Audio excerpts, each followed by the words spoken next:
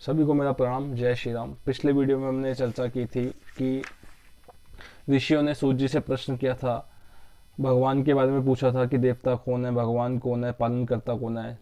उसी विषय पर हम आज चर्चा करेंगे, जिसमें सूत जी ने उन सभी ऋषियों को उत्तर दिया है और ये उत्तर बहुत ही अच्छा है, बहुत ही उत्तम उत्तर है और प्रश्न भी दिव्य है तो उसका उत्तर भी दिव्य है।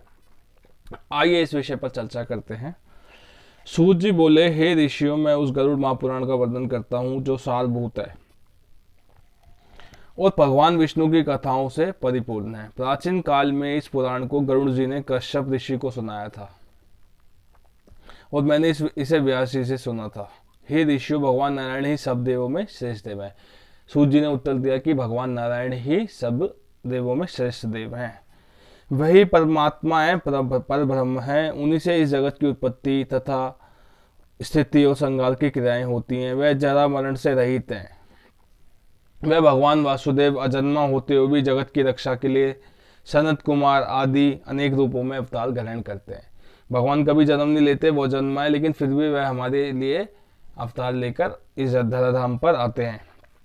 हे ब्राह्मण, उन भगवान श्री हरि ने सर्वप्रथम कौमार सर्ग में सनत कुमार आदि के रूप में अवतार धारण करके कठोर तथा अखंड ब्रह्मचर्य व्रत का पालन किया। दूसरे अवतार उन्हीं यज्ञेश्वर श्री हरि ने जगत की स्थिति के लिए हिरणाक्ष के द्वारा रसातल में ले जाई गई पृथ्वी का उद्धार करते हुए वराह शरीर का धारण किया। दूसरा अवतार वराह शरीर का धारण किया। तीसरे ऋषि सर्ग में देव ऋषि नारद के रूप में अवतरित होकर उन्होंने सात्वत तंत्र नारद पंचरत्न है एक, ये बहुत विशेष है, इस पर पढ़ना, उसका विस्तार किया, जिससे निष्काम कर्म का परिवर्तन हुआ। चौथे नर नारायण अवतार में भगवान श्री ने धर्म की रक्षा के लिए कठोर तपस्या की और वह देवताओं तथा असुरों तथा पूजित हुए।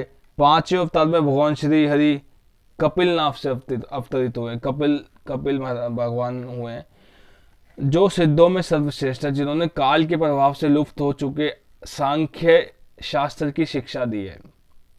छठे अवतार में भगवान नारायण ने महर्षि अत्रि की पत्नी अनुसुईया के गर्भ से दत्तात्रेय के रूप में अवतरण होकर राजा अलर्क और प्रहलाद आदि को अन्वीक्षिकी ब्रह्म विद्या का उपदेश दिया है।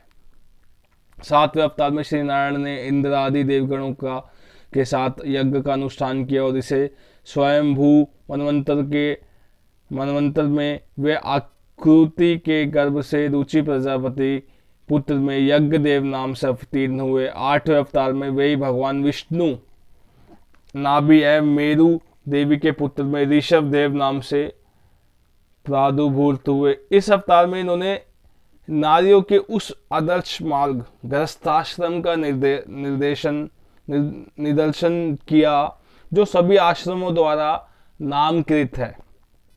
ऋषियों की प्रार्थना से भगवान श्री हरि ने नवे अवतार में पार्थिव शरीर अर्थात पृथु का रूप धारण किया और गौ रूपा पृथ्वी से दुग्ध रूप में अन्नादिक महाऔषधियों का दोहन किया, जिसमें प्रजाओं के जीवन की रक्षा हुई। दसवें अवतार में मत्स्य अवतार ग्रहण करके उन्होंने चाक्षुष मनवंतर के बाद आने वाले प्रलय काल में निराश्रित वैवस्वत मनु को पृथ्वी रूप में नौका में बिठाकर सुरक्षा प्रदान की है। 11वें अवतार में देवों और दानवों ने समुद्र मंथन किया तो उस समय भगवान नारायण कूर्म रूप ग्रहण करके मंदराचल पर्वत को अपनी पीठ पर धारण किया। उन्होंने 12वें अवतार में धन्वंतरी तथा 13वें अवतार में मोहिनी का रूप धारण किया। इसी स्त्री रूप में उन्होंने अपने सौंदर्य से दैत्यों को मुग्ध करते हुए देवताओं को अमृत पान कराया।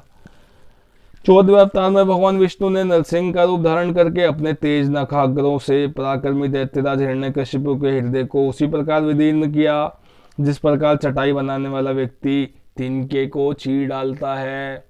15वें अवतार में वामन रूप धारण करके वे राजा बलि के यज्ञ में गए और देवों को तीनों लोक प्रदान करने की इच्छा से उनसे 3 पग भूमि याचना की। 16वें परशुराम नामक अवतार में ब्राह्मण द्रोही क्षत्रियों के अत्याचारों को देखकर उनको क्रोध आ गया और उसी भाववश उन्होंने 21वीं बार पृथ्वी उन्होंने 21वीं बार पृथ्वी को शक्तियों से रहित कर दिया। तदनंतर 17वें अवतार में ये पाराशर द्वारा सत्यवती से व्यास नाम से अवतरित हुए। मनुष्यों की अल्पज्ञता को जानकर इन्होंने वेद रूपी वृक्ष को अनेक शाखाओं में विभक्त किए। श्री हरि ने देवताओं के कार्यों को करने की इच्छा से राजा के रूप में श्री राम नाम से 18वां अवतार लेकर समुद्र बंधन आदि अनेक पराक्रम पूर्ण कार्य किया। 19वें तथा 20वें अवतार में श्री हरि ने वृष्णि वंश में कृष्ण एवं बलराम का रूप धारण करके पृथ्वी के भार का हरण किया। 21वें अवतार में भगवान कलयुग की संधि के अंत में देवद्रोहियों को मोहित करने के लिए कीकट देश में जिन पुत्र बुद्ध के नाम से अवतीर्ण होंगे और इसके पश्चात कलयुग की 8वीं संध्या में अधिकांश राजवर्ग के समाप्त होने पर वह ही श्री हरि विष्णु यशा नामक ब्राह्मण के घर में कल्कि के नाम से अवतार ग्रहण करेंगे। इसमें बताया गया कल्कि अवतार ब्राह्मण के घर में होगा और ये विष्णु यशा नामक ब्राह्मण के घर होगा और इसमें भगवान अवतार लेंगे। हे द्विजो, मैंने यहाँ पर भगवान नारायण के कुछ ही अवतारों की कथा का वर्णन किया है। सत्य तो यह है कि सत्व गुण को के अधिष्ठान भगवान विष्णु के असंख्य अवतार हैं। मनु, वेद वेता तथा सृष्टि प्रवर्तक सभी ऋषि उन्हीं विष्णु की विभूतियां कही गई हैं। उन्हीं मनु आदि श्रेष्ठ ऋषियों से इस जगत की सृष्टि आदि होती है, इसलिए व्रत आदि के द्वारा इनकी पूजा करनी चाहिए। प्राचीन काल में भगवान वेद व्यास ने इसी गरुड़ महापुराण को मुझे सुनाया था।